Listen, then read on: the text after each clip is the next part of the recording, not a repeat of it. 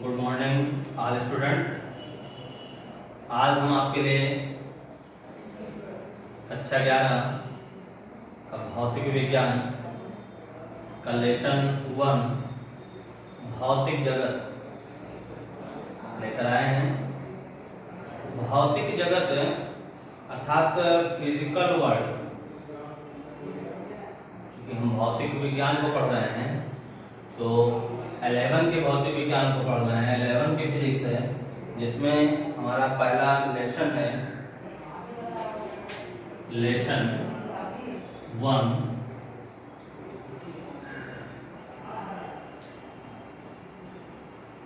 भौतिक जगत।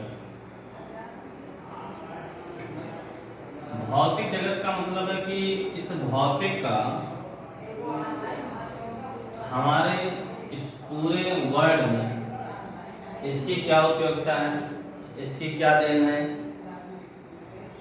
तो इन सारी बातों से को जानने से पहले हमें जान लें कि भौतिक विज्ञान है क्या। इससे पहले आप विज्ञान को अच्छी तरह जान चुके हैं कि विज्ञान में हम किसी भी प्रेक्षण को क्रमबद्ध तरीके से करते हैं, वो सुव्यवस्थित हो और स्टेप बाय स्टेप उसका अगर हमें पूरा ज्ञान मिल जाए तो यही विज्ञान है। मतलब किसी भी विषय की वस्तु के बारे में अच्छी तरह से जान लेना ही विज्ञान है। अब विज्ञान की एक ब्रांच है फिजिक्स, भौतिक विज्ञान। तो भौतिक विज्ञान में हम प्रकृति का अध्ययन करते हैं एवं प्रकृति में होने वाले घटनाओं का अध्ययन करते हैं। अर्थात विज्ञान की वह शाखा जिसमें हम प्रकृति और प्राकृतिक घटनाओं का अध्ययन करते हैं भौतिक विज्ञान कहलाता है। या हम इसको एक तरह और डिफाइन कर सकते हैं कि भौतिक विज्ञान में हम द्रव्य और ऊर्जा का अध्ययन करते हैं। भौतिक विज्ञान में हम द्रव्य और ऊर्जा का अध्ययन करते हैं और इसके साथ साथ इनसे जुड़ी हुई सभी घटनाओं का, सभी क्रियाओं का अध्ययन करते हैं।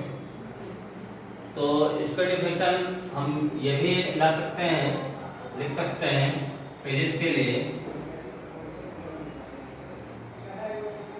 कि जो हमारा फिजिक्स है अर्थात भौतिक विज्ञान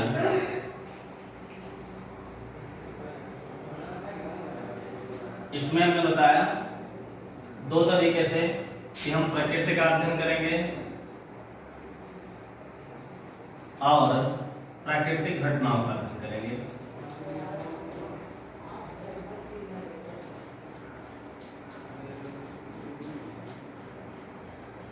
तो भी कह सकते हैं कि विज्ञान की वह शाखा जिसके अंतर्गत हम प्रकृति और प्राकृतिक परिघटनाओं का अध्ययन करते हैं भौतिक विज्ञान कहलाता है। या फिर हम इसे दूसरे तरीके से कर सकते हैं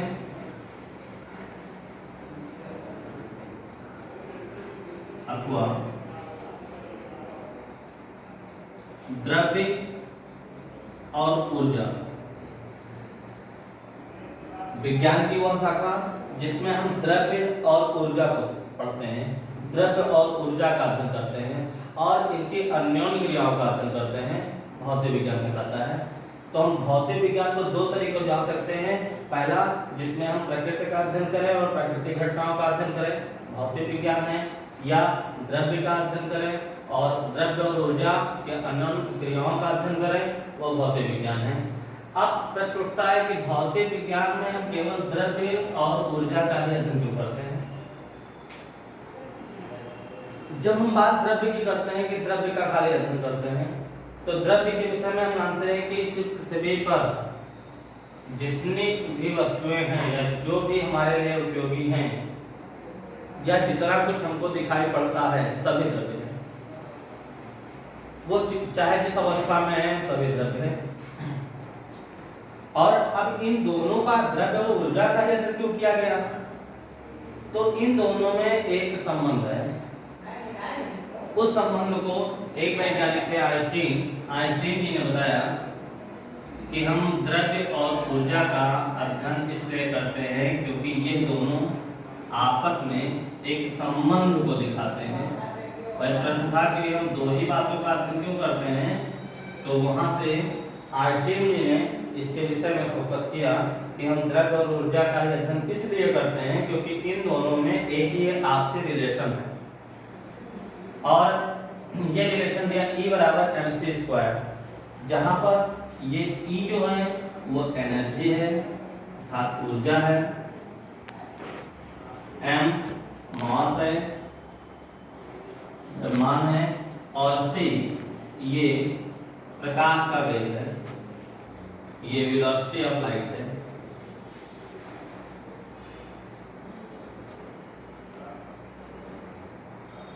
तो E बराबर mc², ये आइंस्टीन की देन है।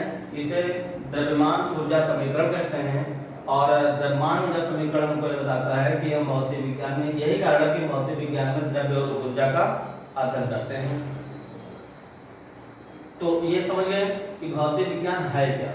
हमें कोई भी विषय पढ़ना है तो उससे पहले हमको ये पता होना चाहिए कि क्या है। जब हम जान जाएंगे कि क्या है तो हमें इसका अध्ययन करते समय और रोचक लगेगा और अच्छा लगेगा। अब इस भौतिक विज्ञान का कार्य क्षेत्र कितना है, ये भौतिक विज्ञान कहाँ कहाँ काम करता है, इसी भौतिक विज्ञान पे हम फोकस करते हैं, इसके कार्य क्षेत्र पर। अगर हमसे कोई प्रश्न करता है कि भौतिक विज्ञान, चलो ठीक है, भौतिक विज्ञान की परिभाषा आपने बता दिया कि क्या है, पता चल गया, लेकिन क्यों पढ़ते हो इसको, ये जीवन के लिए कहाँ लाभकारी है, तो इसके हम कार्यक्षेत्र की चर्चा करते हैं। इसका जो कार्यक्षेत्र है या इसका जो प्रभाव क्षेत्र है वो दो प्रकार से है। एक स्थूल क्षेत्र है और एक इसका सूक्ष्म क्षेत्र है। एक स्थूल कार्यक्षेत्र इसका है, एक इसका सूक्ष्म कार्यक्षेत्र है। अब ये दोनों क्षेत्र स्थूल और सूक्ष्म क्या है? स्थूल कार्यक्षेत्र में हम अध्ययन करते हैं खगोल या खगोल से जुड़े हुए सभी घटनाओं का, अर्थात हम खगोलीय घटनाओं का अध्ययन करते हैं। और जो इसका सूक्ष्म क्षेत्र है, उस सूक्ष्म क्षेत्र में हम पदार्थ की संरचना, अणु, परमाणु आदि का अध्ययन करते हैं। तो स्थूल क्षेत्र में हम खगोल से जुड़ी घटनाओं का अध्ययन करेंगे और सूक्ष्म क्षेत्र में हम पदार्थ की संरचना से रिलेटेड बातों का, परमाणु, अणु आदि का अध्ययन करेंगे। अब इन दोनों क्षेत्रों में ये जो अध्ययन किया जाता है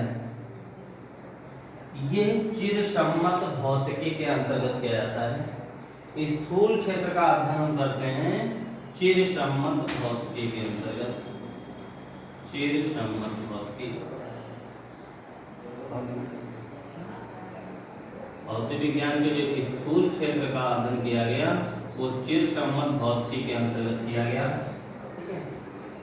और दूसरा जो इसके सूक्ष्म क्षेत्र का अध्ययन करते हैं वो हम चिरसम्मत भौतिकी का या चिरसम्मत यांत्रिकी भी यहाँ ले सकते हैं। चिरसम्मत यांत्रिकी, यहाँ जो दूसरा इसका अध्ययन करते हैं ये क्वांटम यांत्रिकी के अंतर्गत करते हैं। क्वांटम यांत्रिकी,